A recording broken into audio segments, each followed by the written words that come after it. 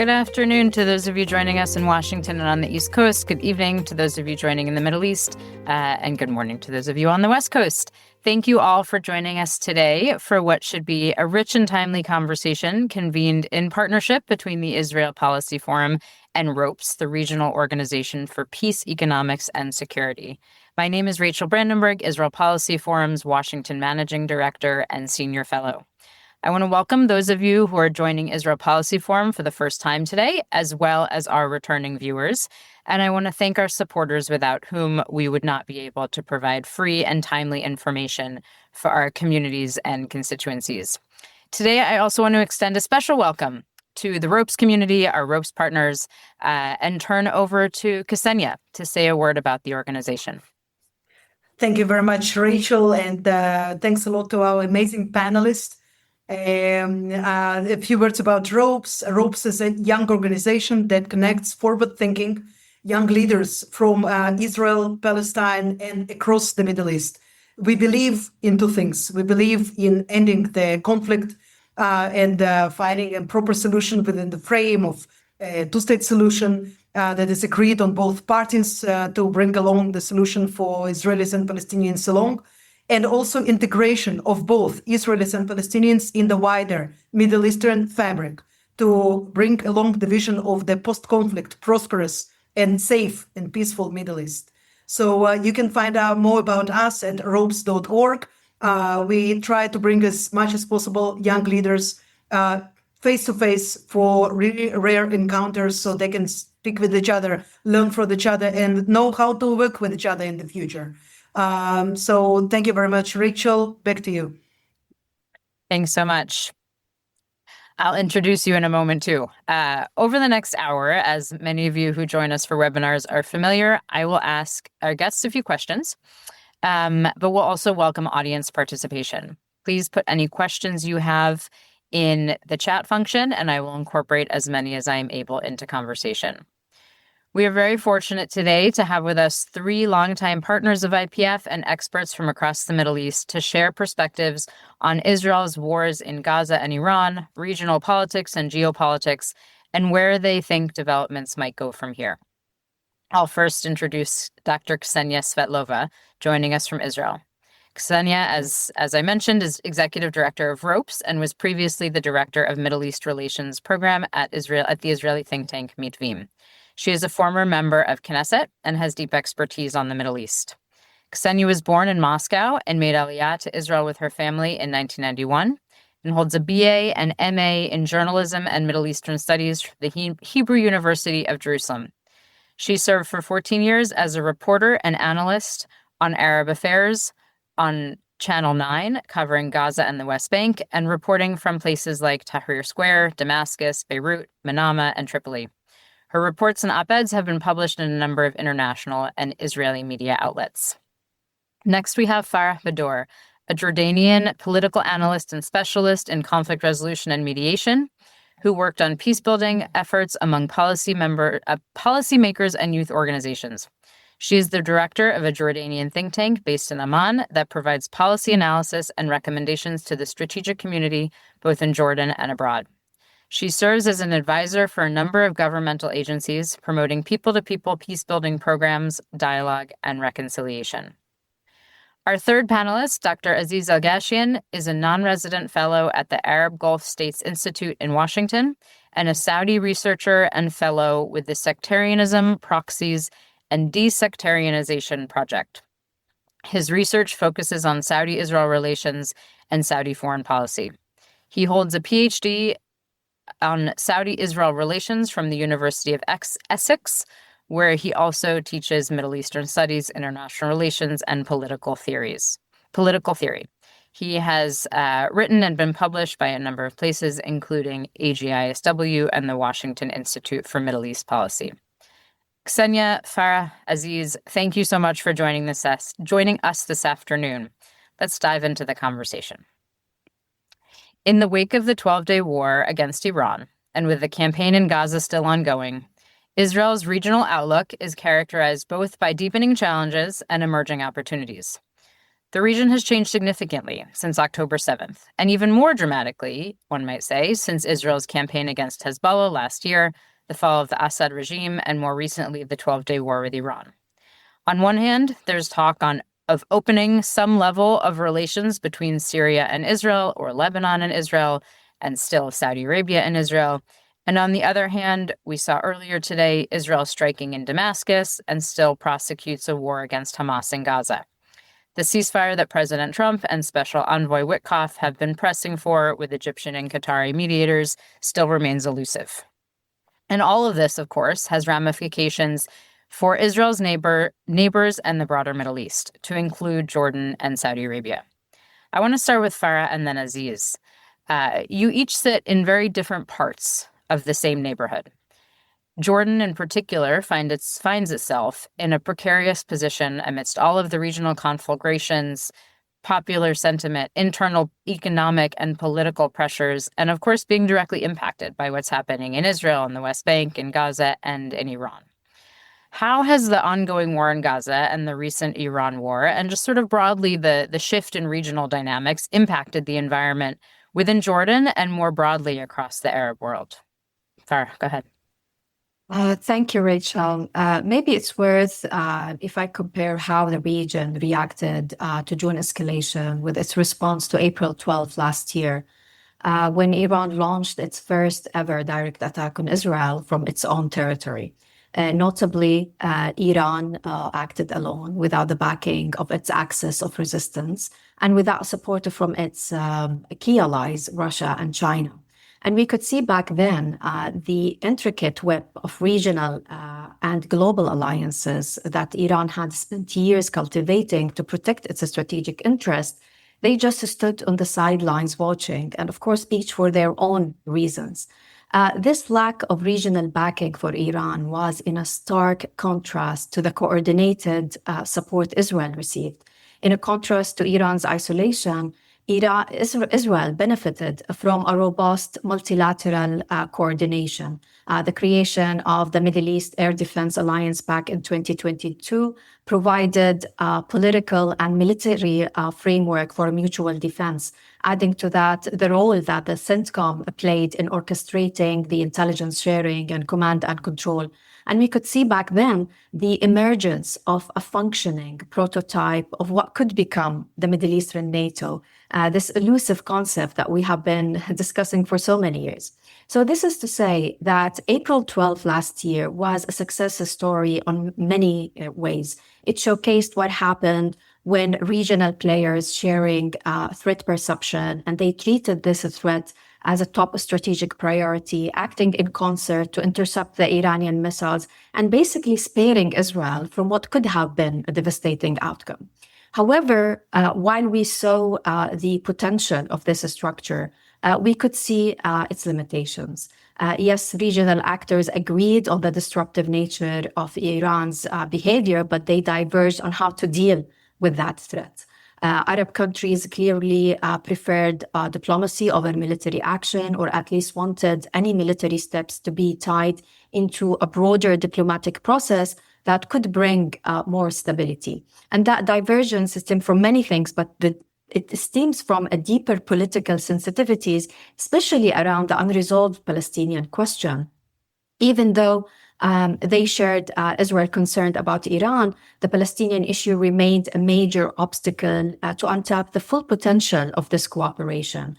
Arab countries were careful to frame their involvement in countering Iran, not as a support to Israel, not as defending Netanyahu's government, whose action in Gaza has generated deep anger across Arab societies, but instead they frame their involvement as an act of self-defense to protect their sovereignty, their people, and their skies. In parallel to the regional security posture, Arab states were also deeply engaged in diplomatic efforts. Between April 12th of last year and June 13th of this year, we witnessed extensive diplomatic efforts by Arab countries, not only to push for an end of the war in Gaza, but also through direct engagement with the Iranian officials. However, the more effort Arab states invested, the more frustrated they become with Netanyahu's continued rejection of Arab-led diplomatic initiatives. This frustration was matched by a growing sense of vulnerability. And here comes, how Jordan also felt about that. They grow increasingly concerned about the risk of unilateral Israeli action against Iran, fearing it could drag them into a conflict and endanger the safety of their population. And this concern became especially acute during the June strikes.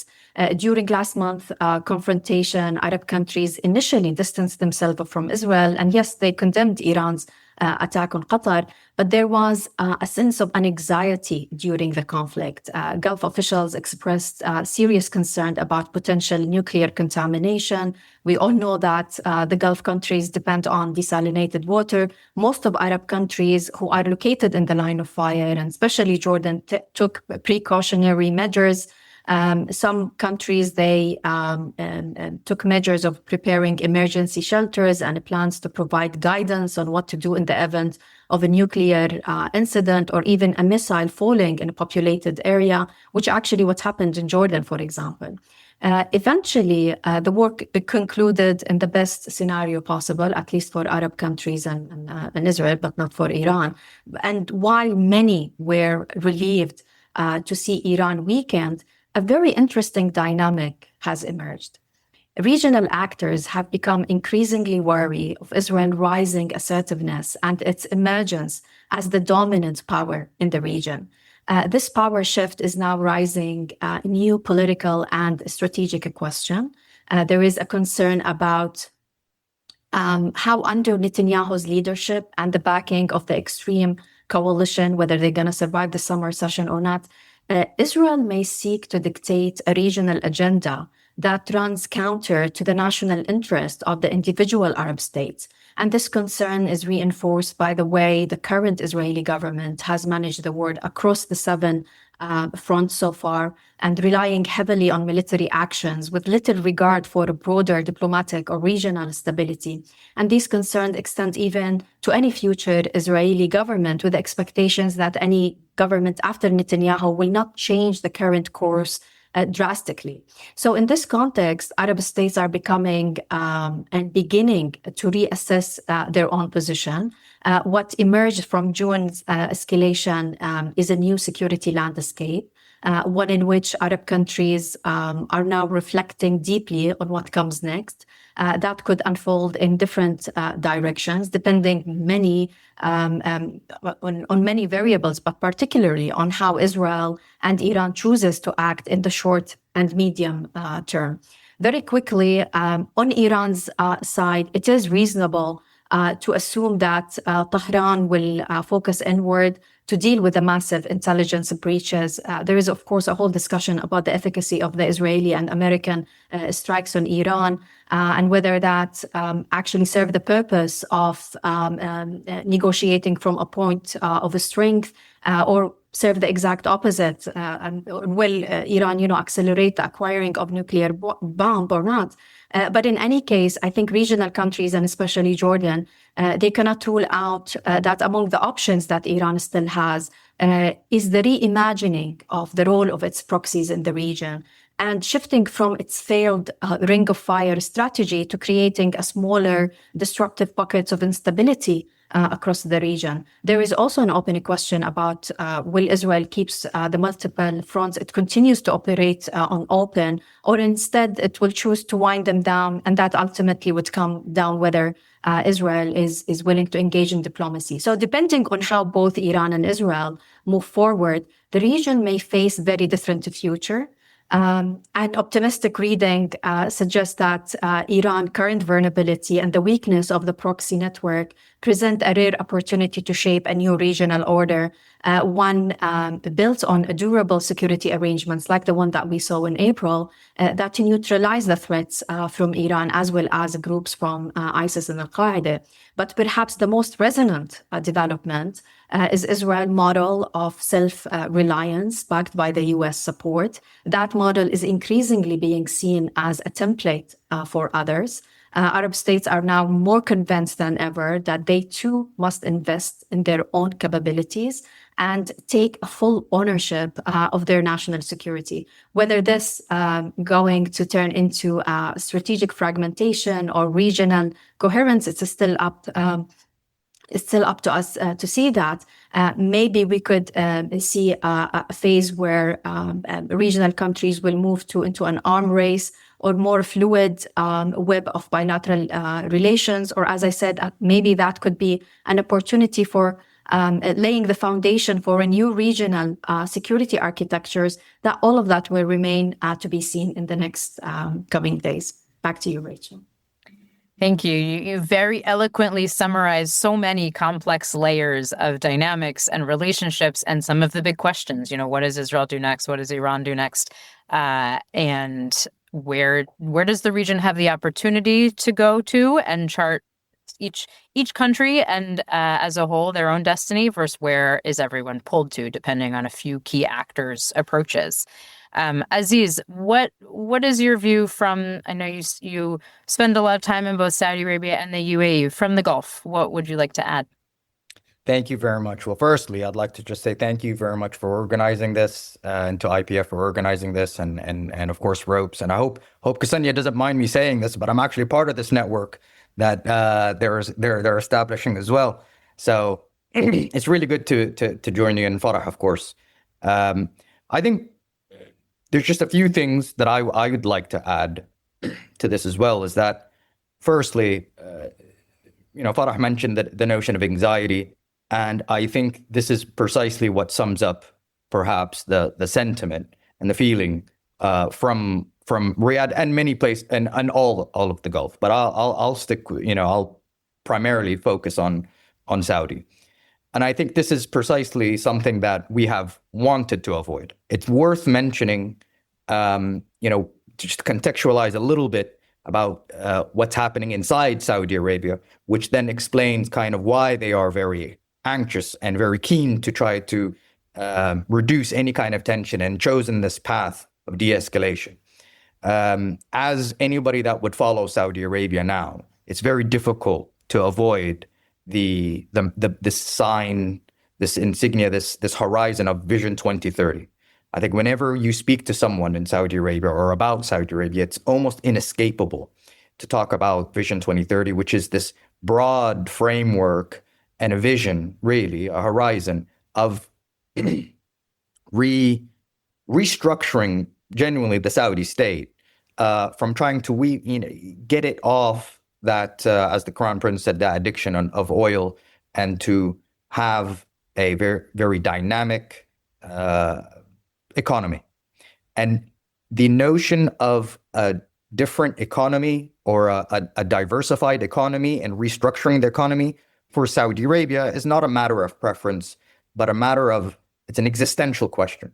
And this is genuinely why they believe in this so much and they're investing in it. And I think more importantly, that they have come to the conclusion that this cannot be attainable in an unstable region. And that's why there is this kind of what leads to the regional dynamic here. And of course, we're looking at this, the continuous war of Gaza. This is something I think the Saudis have been very much constantly worried about and constantly, furiously trying to get an end to this and lobby and leverage their diplomatic capabilities. But I think we could get to that later on. I'd want to perhaps spend a bit more time on the 12-day war and what was the Saudi positionality, and hopefully I could shed light on that. I think the lens in which to explain Saudi is worth mentioning. I think a lot of people mentioned or assumed that Saudi and the GCC states were very happy and jubilant about these strikes, about these Israeli strikes, and they're secretly kind of saying, yes, keep going, keep going, keep going. And I think this lens of happiness and sadness is the wrong lens. In my opinion, I think it's far better far more fruitful to look at this from a notion of security and anxiety rather than happiness or sadness. Why? Because I think it gives us a bit more nuance in looking at how we view the situation in Iran. I have to say from the very outset, no one's going to miss a gun pointed to their head. No one's going to miss any kind of missiles or any kind of weapons that's pointing at them. No one's going to miss kind of the reduction of security threats. But the question is not really, is the action taken upon it? More, the real question is,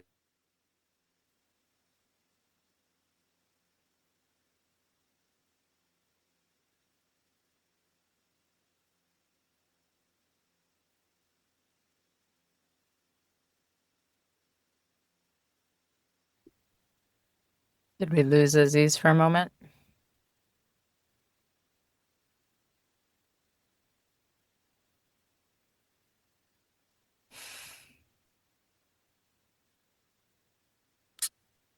I'll give him a moment to see if we get the internet back. If not, I'm going to pick up on that security and anxiety lens and hand it to Ksenia to talk about that dichotomy from Israel. All right, I think we lost Aziz for the moment. While our team works on getting him back, Ksenia, this will take his whatever his thought process was in a slightly different direction, but I like that the dichotomy of security versus anxiety, and I'm interested in on sort of all of these regional dynamics, and in the wake of the Iran war, in the wake of October 7th, with the ongoing war in Gaza, how are you thinking about, and how are Israelis around you thinking about that security versus anxiety, opportunity versus challenge setup? Yes, Rachel, thank you for this question. Well, indeed, and I agree, of course, with everything that my colleagues said before. There's this gap that sometimes it's very difficult to even conceive it between perception of Israel. First of all, as in one side, a strong country, and the strongest country by far, military, that achieves this spectacular wins and achievements in Iran and then Syria and Hezbollah.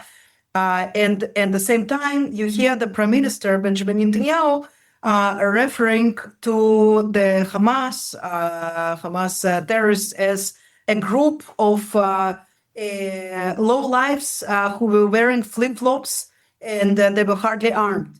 So if by October 7th, Israel was overrun by a group of lowlifes with almost no weapons and in flip-flops, what does it actually say about its, the ability to protect, to ability to stand, in front of this threat and so on. So there is there was this over the course of almost 2 years. I can tell you that we went very, very low in the scale of who we are and what do we think about IDF and what do we think about our country from this moment of great weakness that many people, not only the government, they compare it to pogroms and sometimes even to the Holocaust because there was this sense of the critical weakness that allowed for this horror to take place and to happen. But then within quite a few months after the beginning of the military operation against Hezbollah, the Beeper operation, Pager operation, and then everything that followed in Syria, and then, of course, Iran and the achievements there, I think that Israelis were thrown to the other part of the scale, the more extreme one, and where you think that you're invincible. So are you weak or are you invincible? Are you strong and do you have this superiority over other armies here in the Middle East to the degree that you can basically get rid of, significant part of Iranian leadership over the course of, 24 hours, something like this? Or are you a weak country that has to continue the infighting in Gaza because otherwise the events of 10/7 can repeat themselves?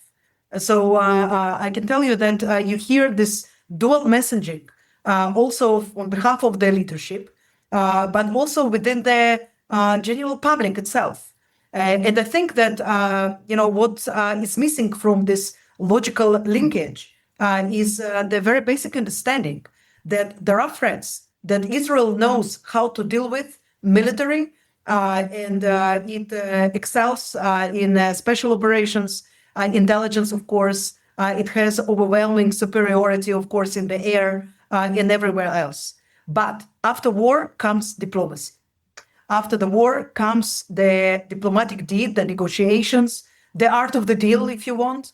And in this field, it seems that we are lacking something very critical, because it's no wonder, that I'm talking, of course, about the war in Gaza, the unfinished war in Gaza, that this deal, not only the deal that will release the hostages and put an end to the suffering in Gaza and the war in Gaza, but also the ground deal that will allow Israel to indeed take its place in the region, being acceptable on every possible level, to conclude formal relations with Arab countries, including Saudi Arabia, but not only, and also with some Muslim countries. Indonesia was part of this deal that was discussed, and also many others. And in the end of the day, will indeed turn the page of the 77 years of fighting, wars, being the so-called villa in the jungle, the expression that is often used in Israel. I personally hate it because I think that you cannot really survive as a villa in the jungle. You cannot survive if other parts of the jungle will become villas as well. And only then you will indeed, to have decent relations with your neighbors, and to achieve the level of security in which you will not rely only on weapons, but you will rely on agreements and on deals. So this kind of deal that many suggested that it was on the table prior to 10/7, I personally had reservations about that, because I also heard from Saudi colleagues and friends that, the missing component was, of course, the understanding of what, how, the Palestinian issue is going to be treated, and whether there will be a genuine solution for that, within the frame of the two-state solution or within some other frame, but what's going to happen next. And we knew 2 years before, and before 10/7, that this current government was not capable of promoting any kind of frame that would be acceptable for Palestinians and also the rest of the Arab world. And we are in the same position today, but perhaps even worse still, because the situation escalated on the ground. And the world changed tremendously. The Middle East changed tremendously after 10/7. And I think that the reflections, we can see it also in the very pessimistic polls about the attitudes towards two-state solution among the Israelis, but also among the Palestinians. Also, it depends what part of Palestinian autonomy are we talking. But in general, they believe that we can reach some kind of compromise politically, and not by the power of weapon. This belief, I think that it diminished completely. And therefore, I can tell you that whereas there is no doubt that the 12th day of war with Iran then produced so many so many victories, but they do not conclude to this one decisive victory that would indeed turn the Middle East to the new Middle East, something that is debated largely after the elimination of Hassan Nasrallah, and then, of course, the change of the regime in Syria. But here we have infighting again in Syria, despite the change of reality and the change of figures there and so on. And in the end of the day, it's often been overlooked, and we're talking about regional dimension in the Israeli political sphere. Then the only two borders that are peaceful today, they are borders with countries with whom we have full diplomatic relations and solid agreements, even if there are some coldness, and even if there are some problems along the way. These are Jordan and Egypt. And these two countries are being heavily underestimated. Effort to maintain this peace, to remain good partners and good allies to Israel, not only in regards to fulfilling the peace agreement themselves, but also in basically fighting against the Iranians and shutting down the Iranian rockets, or to preventing from some jihadist movement to flourish in Sinai Peninsula that can also threaten Israel, not only Egyptians. And in every possible way, the reality basically displays itself, and it shows that if there is no continuation of diplomacy after the war, in a way that happened with Egypt after 73, then we are destined to repeat this vicious cycles of wars endlessly, because there can be no military solution for the Palestinian problem. And this is where we are today, between Tehran and Gaza, between this feeling of mighty power and great achievements and elation, even, of sorts, that the Iranian threat maybe is not a threat anymore, or it's less threatening than it used to be before, and between Gaza, that still remains an open sore, an open wound, and also a source of threat, because nothing is finished there, and the war is not concluded. And if anybody thinks that with the elimination of yet another Hamas member operative, we are closer to peace and security, then unfortunately the opposite is the truth right now. And at this moment, the longer this war takes place, less security eventually, will be shared collectively by Israeli society. And this is, this part of this dilemma. This is where we are right now, and this is, where you have the Israeli society that is deeply divided along the lines of, what should be done next on Gaza issue and in general with the Palestinian conflict and so on. So we are between these two extremes, and we are in the middle of nowhere closer to achievement of real peace and real security. Thank you. I want to come back to you on how do we sort of shift the calculus a bit. But first, I want to let Aziz pick up wherever you'd like or where you left off. You were talking about the security versus anxiety dichotomy when we lost you. Yeah, well, thank you. Sorry about that. I don't know what happened, but thank you very much. What I would say was this whole idea of kind of security and anxiety approach that I think we had. As I was trying to say, this idea about the Iranian missile program being really being at the receiving end of it, or at least having it pointed at us. In itself, I won't say there's much love loss for its dissemination. But the reality is, I think the Saudi posture and the GCC posture is asking a particular question. And that question is, what's next? What's going to happen afterwards? What is the alternative? And quite frankly, I think we've realized, and we've come to this conclusion that measures can be taken, military success and operations can happen, but whether we like it or not, these threats are not fundamentally eliminated. And also, why is there this aspect of anxiety? It's something that I think is important to mention. I think also the geography, the GCC and the Gulf states, and particularly Saudi as the biggest Gulf state there, we are in effect the front line of two different poles that are at war. In other words, we are really the front line or the battle in between two sides that we have both agreements with and also grievances with. So it's a very difficult aspect to balance, and this is precisely why there is a great deal of anxiety.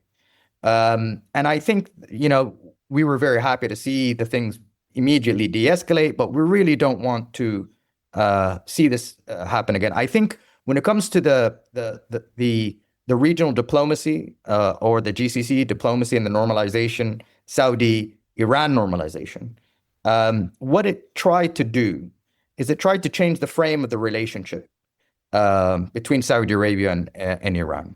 And I think what it tried to do is basically speak to that Iranian anxiety that we are extensions of someone else to attack them. And this is why we've been trying to communicate this through a great deal of diplomacy by saying, listen, we are not against you. We are not going to allow any of our airspace to be used or a platform to be used against you. And I think that diplomacy was successful during that the Iran-Israel war. And I think we were successful in shielding ourselves from that. Now, where things got very complicated was really when the United States entered into the mix. Why? Because that was something that I think that was still a process that we're trying to manage far more. And not only this, I think for GCC states, or in particularly, I think also Saudi, we have not only an anxiety with threats, we have also an anxiety with the extent in which partners, and in particular the United States, will see through operations. A lot of the times it's kind of this approach of one and done is something that I think is something that we were also very anxious of. I mean, and just to give you also an example, the operation that happened with the Houthis, the American operation that happened with the Houthis, there was this military campaign. All of a sudden you hear whispers of saying, this is, I think, the opportunity and time to mobilize forces to go into and use the army and go into and invade and capture Hodeidah and capture this. And I was thinking, what on earth is this? This is so distant. And before we knew it, the operation stopped. And if anything, that was an illustration of why we don't jump on any kind of military operation that hastily. What I would also say is that for me, we are now positioning ourselves to say, listen, we could restructure, or not restructure, we could try to deepen this rapprochement that we were having with Iran by saying, we're still here. We have illustrated to you that we are not extensions of anybody. But I think, so that's one of the opportunities I think that will actually happen. The other thing that I would say, and I want to kind of expand upon what Ksenia was saying, is that, a lot of people are talking about the region and the opportunities that this is bringing, et cetera, et cetera. And I just think the Gaza situation is just too big to put under the rug. It's just too big. It's just too big. And this is something I've been trying to communicate to people and interlocutors time and again. This Palestinian issue is just simply too big to ignore. We cannot ignore it. If anything, we have seen the devastation that could come out of this. And this is only, something that we've seen on the Gaza front. What we are afraid of is how this is not only going to spill over into the region and how it's already spilled over into the region, but my worry is how this is going to have a radicalization effect on others in the region. And this is something genuinely that, even officials have even touched upon this. So I think now it's an opportunity, I think, to really address things from the very foundation of them. And this is when it comes to the whole Saudi-Israel normalization discussion. And I think a lot of the times people would like to treat the Saudi-Israeli normalization as the panacea of everything. That, if just before anything else, Saudi Arabia and Israel just normalize relations now, and everything else will just fall into place. And this is something I very much warn against. My first piece with IPF, Israel Policy Forum, was actually titled, Saudi-Israeli Normalization Will Be Great Only If It's Done Right. And what I was trying to say here is that, listen, this is something that I think is a strategic choice. Making peace with Israel, that's something that Arabs have said. This is something that the Saudis have said. But it must find itself on the right kind of, not only conditions, but the right kind of process. There has to be a process here that makes a Saudi-Israeli normalization a facilitator of the two-state solution, a facilitator of a proper political horizons, not even proper political horizon, but economic horizons, institutional building. We need to leverage that, and it has to be done right, rather than just simply having a Saudi-Israeli normalization and then, hoping things fall into place, which it won't. This is why I think the aspect of sequencing normalization is very important. And I think here, right now, given the immense amount of trauma that I think a lot of people are not taking account enough in the region, each other's traumas that's taking place, saying two-state solution is a very difficult thing to engage with at the moment. And I think the political landscapes in both Palestine and Israel and elsewhere is very turbulent. But there is one thing that has happened, I think, since the war has started, which is that I'm seeing that there is actually more Arab discussion, and particularly more Palestinian Arab discussion. And I think here I could point out to some, I could reference some interesting signs that have come out of Saudi by trying to work together with Palestinians and trying to build kind of a business council, trying to build and improve kind of the economy on the macro level, not necessarily kind of the piece for piece kind of thing, but on the institutional building. Now, it is with great regret that when an Arab delegation that was going to go to Ramallah and actually talk about institutional building, we're not allowed to go to Ramallah. And so here's unfortunately an instant where there is an obstacle that Arabs themselves and regional players are actually willing to go at the forefront and take the lead in building kind of Palestinian institutions. But here we see, unfortunately, a very intransigent Israeli government that's becoming a clear obstacle in this. And this is something I hope we could discuss more also in the United States, because I think had there been a more constructive role in facilitating this, maybe we could see more and more Arab discussion, and more, as Ksenia mentioned rightfully, that this is not only about integration of Israel, this is also the integration of Palestine and Palestinians into the region. And I think this is, and I'll end with this, if we focus, I'll be proud of myself, I'm trying to end without anybody telling me, but if we could focus on trying to integrate Palestine and Palestinian institutions into the region, integration of Israel will follow suit. Let's focus on integration before normalization, rather than normalization and then hope for the best. Let's focus on this. This is the step that I think that's most tangible. I think also the last point that I would say is that there is a aspect or a crisis of tangibility. One of the reasons why many people will speak about, why Saudis aren't playing much of a role, why aren't they doing this and doing that, and on this Palestinian-Israeli front, the reason why is because I think they feel that the situation has been shielded by a political dynamic that's constraining everyone from trying to engage properly.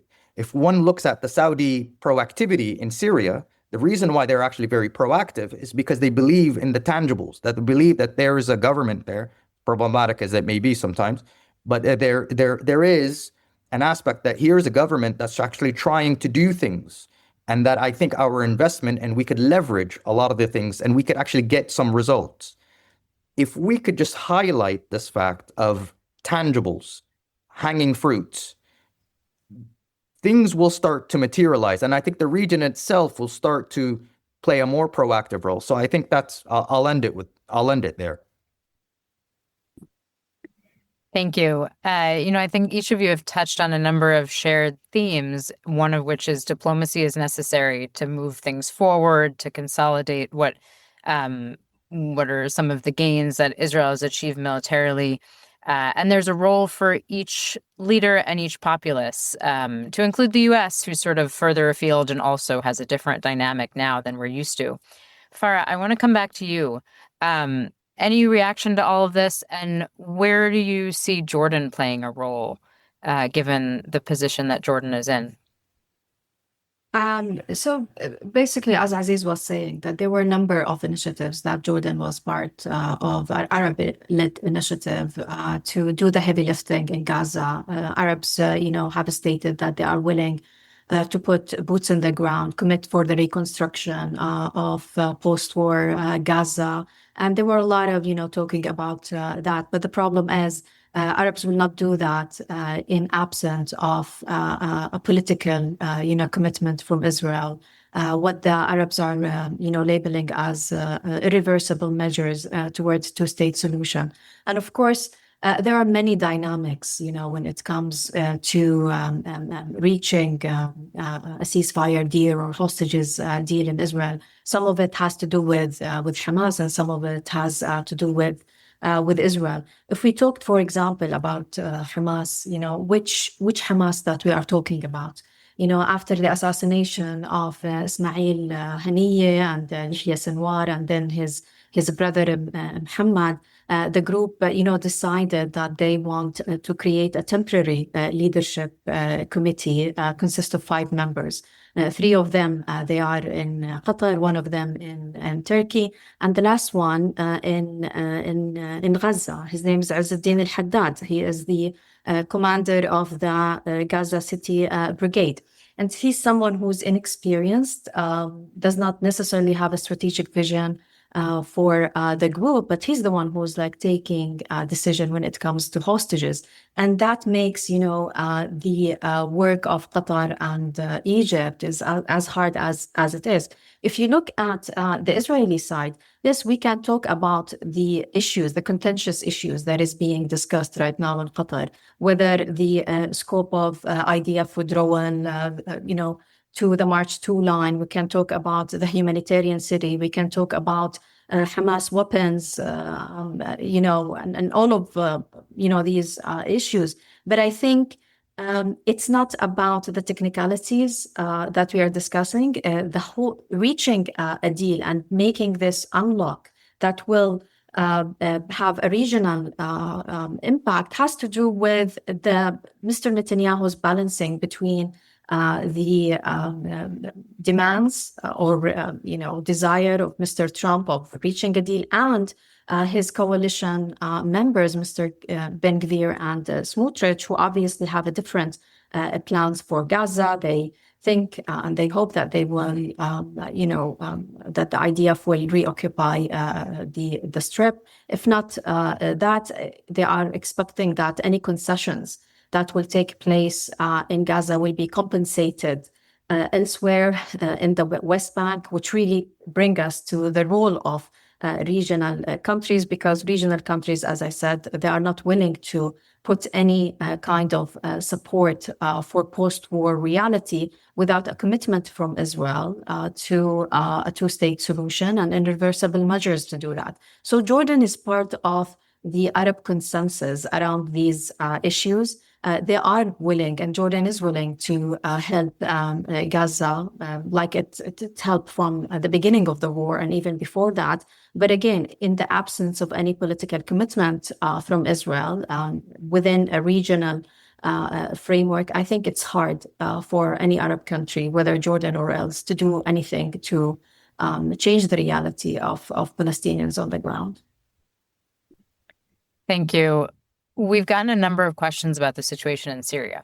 Obviously, an ongoing conflict, an ongoing state-building experiment on the part of Syrian leadership. Ksenia, can you talk a little bit about what Israel is doing in Syria, what opportunities there are, whether they're being taken or not? Yes, Rachel. So again, as with everything else, we find ourselves between 2 extreme situations and solutions and scenarios. So one of them, and this was something that was discussed from the first day of after the falling of Bashar Assad's regime, that Israel will control de facto or de jure a significant chunk of southern Syria, mostly to protect itself, its border, not taking risks after the 10/7, talking about anxiety. And given the presence of many militias, some of them very unsavory and jihadi type militias that are right now integrated in the Syrian security forces, but nevertheless they didn't stop, being extremist and violent and dangerous jihadi militias. So therefore, the campaign started very early on, before it was clear what kind of regime will exist in Damascus, and it is ongoing. So it seems that right now, except of holding on some patches of Syrian land near the border on the Syrian part of the Syrian Golan Heights. So we see right now this expansion of these activities in Sweda, which is remote, 80 kilometers remote from the border with Israel, as basically prolonging of the long arm of the IDF to that area, and to prevent mostly from the governmental forces and to take a stronghold there, to build a stronghold there, and to control any of these areas. So of course, there were traditionally connections between Israel and some of the Druze leaders. At the same time, I have to also remind that some of the Druze in Syria also collaborated all of this time with not only with the Syrian regime but also with Hezbollah. And therefore, the framing of this story is, well, we are coming to the aid of our Druze brethren, when it was absolutely clear to everybody, and every military expert will. Recently, in the northern part of southern Syria was traditionally very hostile to Israel. So I think we are talking here more about security than necessarily only of protection of the minorities. During the endless civil war in Syria, Israel was basically watching and not intervening, even when the minorities suffered tremendously from the war, and specifically from the brutal persecution by Bashar Assad's forces, and also by the Russian army or the Iranian militias. So it seems to me that there will be no continuation to the story, mainly because of the very strong position of the U.S. We heard Secretary of State Marco Rubio talking to journalists very recently and saying that the de-escalation is near, and the U.S. is very concerned about that. And again, it seems that we are dealing here with tactical decision right now to protect the Druze and to extend the influence of the IDF in the southern Syria and so on. But strategically, if you are looking at the long term, and the other extreme of this equation was that Israeli society debated widely during the last few weeks possibility of a peace treaty with Syria. So these two extremes, they are very worrying, because first of all, the long-term strategy and policy, what Israel actually wants to achieve in Syria. How does it see, right now the term perhaps this government is unstable, the whole situation is unstable, so how, Israel is to work around this situation. And from the statements of various Israeli officials, it's clear that, there is still ongoing, basically, debate between these two extreme positions, so basically occupation of large chunks of Syria, of southern Syria, for, to increase security and so on, or peace deal that is being pushed by the American administration. But in the middle lie everything else. It's the military presence in the Golan Heights and the Syrian part. It's, of course, the right now with the bombardment of not only some points in southern Syria, but also of Damascus and of the basis of the army and the presidential palace even, and then, some places that were nearby. So all of that, brings me to a conclusion that right now the Israeli government is mostly focused on tactical wins. And there is a tactical win vis-a-vis, for example, the Druze community in Israel that is very concerned, of course, for the well-being of their brethren and so on. Security-wise, again, it showed, its upper hand on everything. But in the long term, if we are talking about building this very delicate relations with the Syrian regime. Right now, it's the regime. We don't know if it will last, but for now, they are there. It seems that there is no consistent and long-term policy here, and that's what's most worrying. Thank you, Ksenia. Yeah, the whiplash from week to week or day to day of sort of which direction things seems to be going has really been quite acute. I want to turn to Aziz next. I know you want to respond to a couple of things that have been said. I'd also like you to incorporate in your response your thoughts on what about Arab leaders speaking to the Israeli population? I think you've put this out there before. You've been part of conversations. The idea that the op-ed by Emirati ambassador to the U.S., Yousef Al-Otaiba, in Israeli press really made a difference in speaking to the Israeli people. Would you envision something like that from Saudi leadership at some point? Would it make a difference? What would it take to get there? So Aziz, over to you for a quick comment. And then I have a lightning round question for everyone to close our discussion. All righty.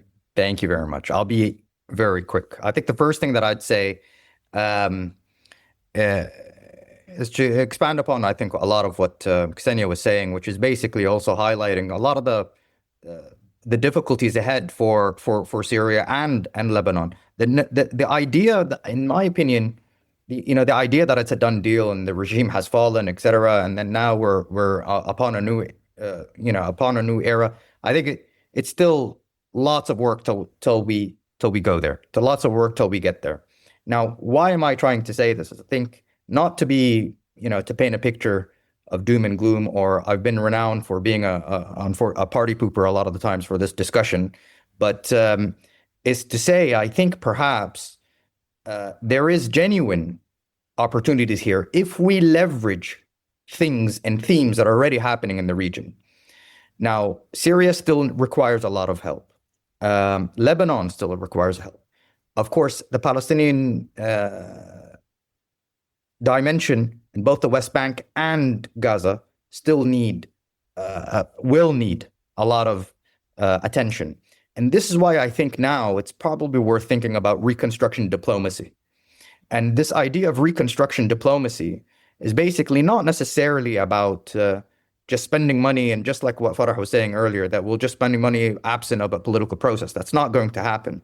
Instead, what I think is about leveraging some of the themes, the international themes, the massive projects that are going to take place, and trying to find ways to fit them into this kind of reconstruction of this region as well.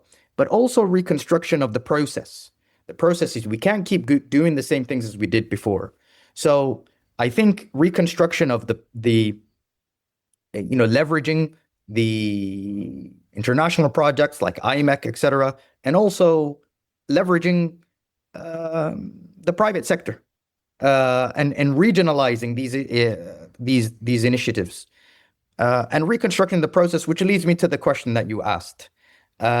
Here, I am someone who believes in more open discussions, but I've been saying this for a long time. And by the way, there are precedents where Saudi officials have actually communicated directly to the Israeli audience. But time and again, I think it seems to be eclipsed and overlooked. Now, why I don't see Saudi officials engaging directly and openly like an op-ed or even a discussion directly on TV or something right now is because there is, unfortunately, and Ksenia could speak to this far more than I can, and I wish she could correct me if I'm wrong, but there is an over-politicization of any kind of Saudi interaction and the notion of Saudi inside Israel. The idea that any kind of discussion or hint of any kind of discussion is framed as not only just potential normalization, but a normalization that excludes the Palestinian issue. That here is the fact that a Saudi is willing to talk with us without any of the Palestinian issue, and therefore this is fantastic, and this is the kind of normalization that we want. And the Saudis are incredibly cognizant of this. They understand that unfortunately they're being disframed, and a lot of the Israeli media and not even Israeli media, I would say, even, but kind of the pro Netanyahu and this pro kind of this pro normalization, this pro peace for peace normalization, this pro normalization outside of a Palestinian issue. And this is something that I think the Saudis will not want to engage. And moreover, this illustrates also the way the notion of eliminating opportunities for more discussion. The unhealthy discourse about Saudi Arabia inside Israel by Israeli politicians right now is actually distancing the notion of any kind of real, genuine interactions. So, because they are afraid that this is going to be taken the wrong way. And so I think this is why I'll point out to Lebanon in 2006, where I think Saudi criticized, of course, the Israeli government, but they also criticized Hezbollah. And I think the biggest story was the fact that Saudis have criticized Hezbollah. And they treated it as some sort of kind of victory, or they treated it as some sort of alignment with Israel.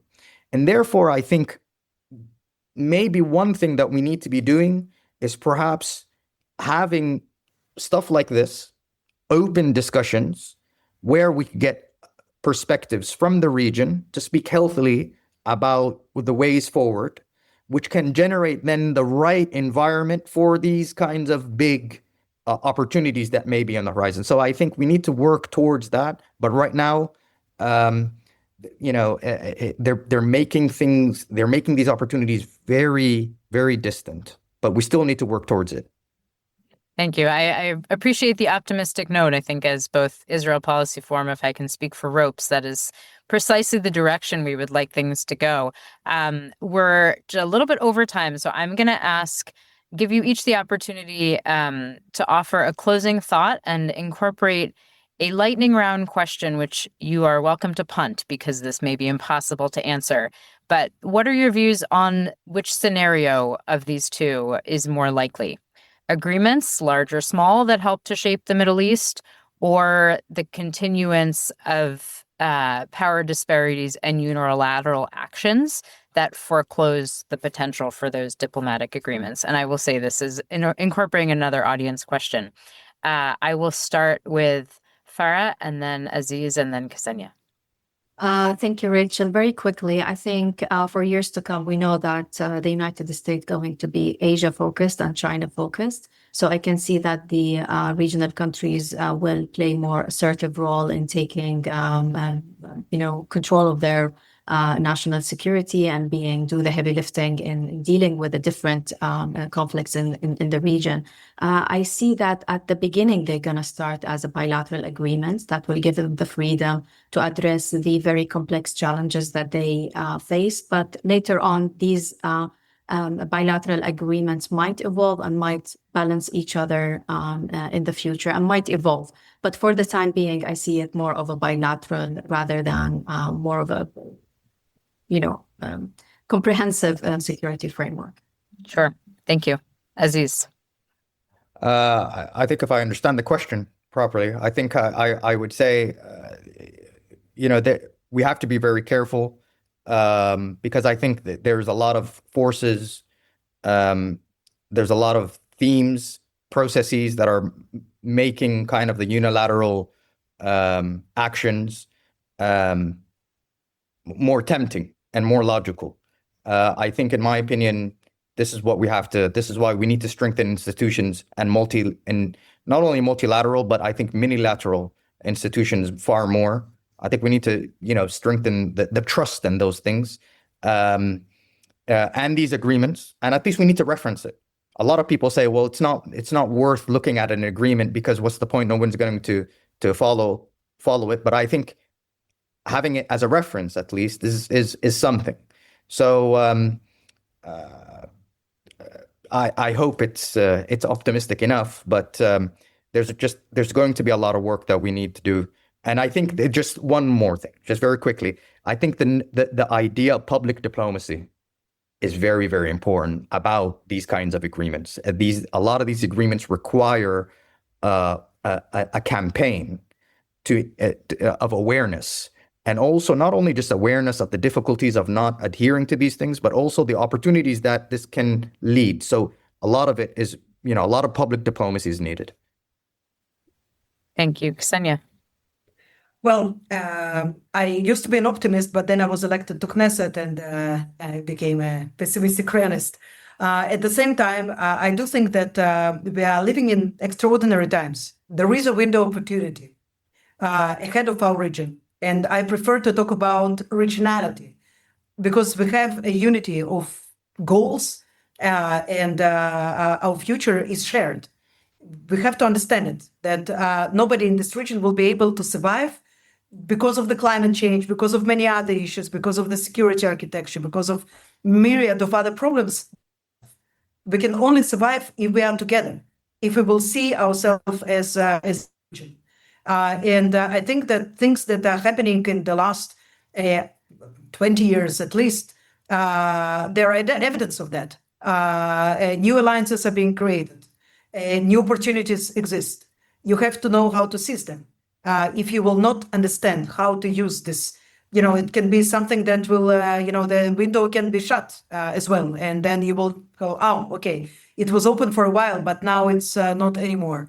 And again, a lot of, depends on the constellations in politics, whether, for example, the Israelis will get to have a new leadership, whether the Palestinians will.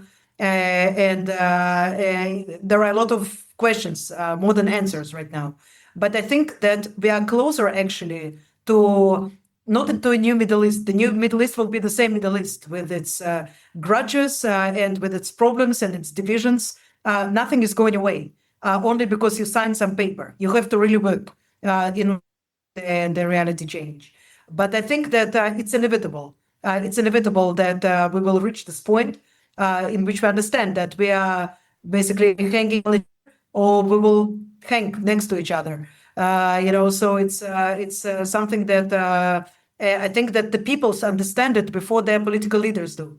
And I can only tell from experience of Rose that when we bring people from the whole region together, not only just two peoples, not only just Palestinians and Israelis, but we put them in the room with Moroccans and Jordanians and Emiratis and Algerians and Libyans and Syrians and Saudis and everybody else, then you really can see the magic that is happening there.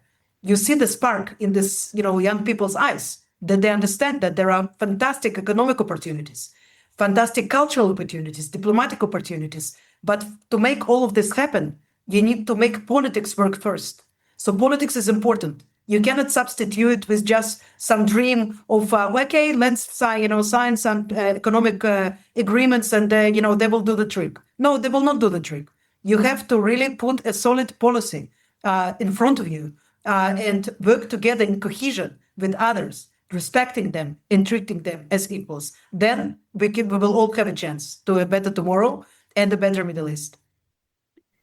Thank you. That is a wonderfully optimistic, if perhaps realistically optimistic or optimistically realist note to end on. I think we've heard from all of you.